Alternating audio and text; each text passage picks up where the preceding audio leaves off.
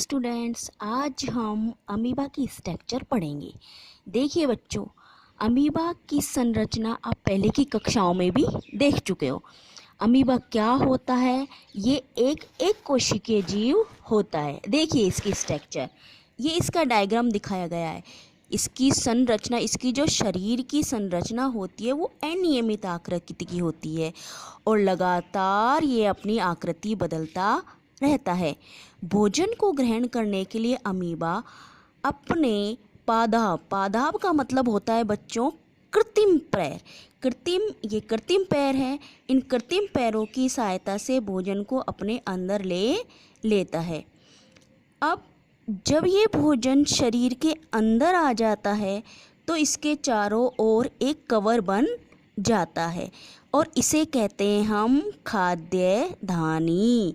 खाद्य धानी के अंदर ये जो कोशिका का द्रव है चारों ओर का, इसमें से पाचक रस स्रावित होते हैं और इन पाचक रसों के द्वारा खाद्य धानी का भोजन पच जाता है।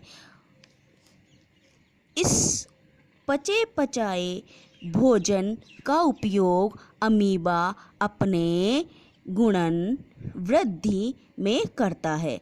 अब ये पचे हुए भोजन तो शरीर में काम आ जाता है और शेष बचा हुआ अपशिष्ट पदार्थ है वो इस कोशिका के बाहर आकर के शरीर से बाहर त्याग दिया जाता है या निकाल दिया जाता है। बच्चों, अमीबा के अंदर हाथ या पैर जैसी कोई संरचना नहीं होती है।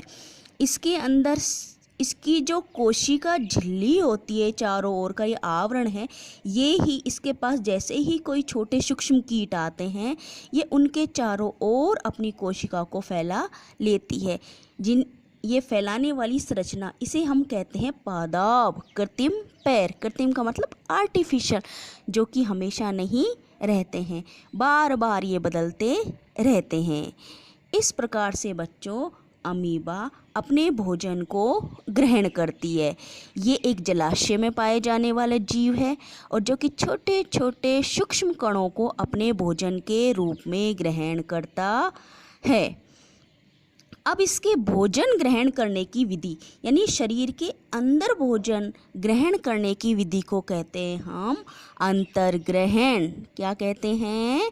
अंतर्ग्रहण। ये देखो खाद्य कणिका दिखाई गई है, ये देखिए खाद्य कणिका है। इस खाद्य कणिका को ये क्या कर रहा है? अमीबा इन पादपों की सहायता से शरीर के अंदर ले रहा है और जब ये खाद्य धानी बन जाती है, ये देखिए खाद्य धानी दिखाई गई है, कई सारी खाद्य धानियाँ हैं ना यहाँ पर।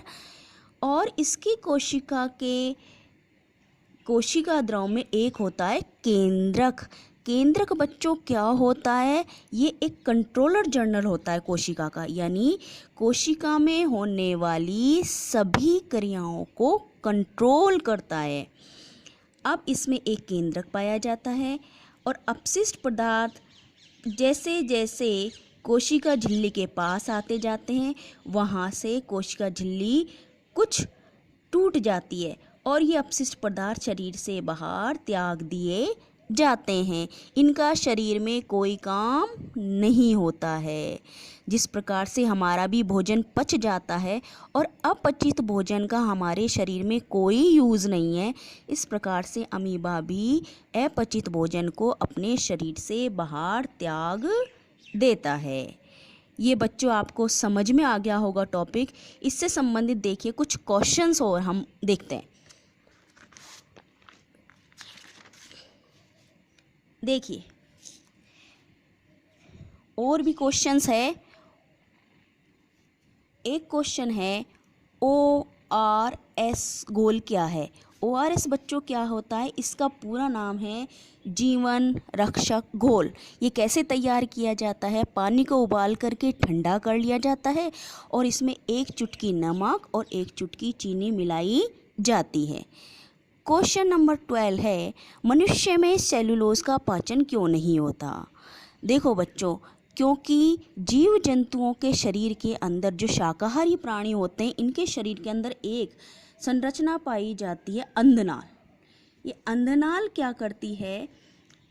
इस अंदनाल के अंदर क्या होता है, सूक्ष्म जीवाणु पाए जाते हैं जो क्या करते हैं, भोजन इस सेल्यूलोज का पाचन करते हैं। नेक्स्ट है अमीबा की आकृति कैसी होती है। मैंने आपको अभी अभी बताया है कि अमीबा की आकृति कैसी होती है। अमीबा की आकृति कैसी होती है, अनिश्चित होती है। ये परिस्थितियों के हिसाब से लगातार अपनी आकृति बदलता रहता है। Thank you.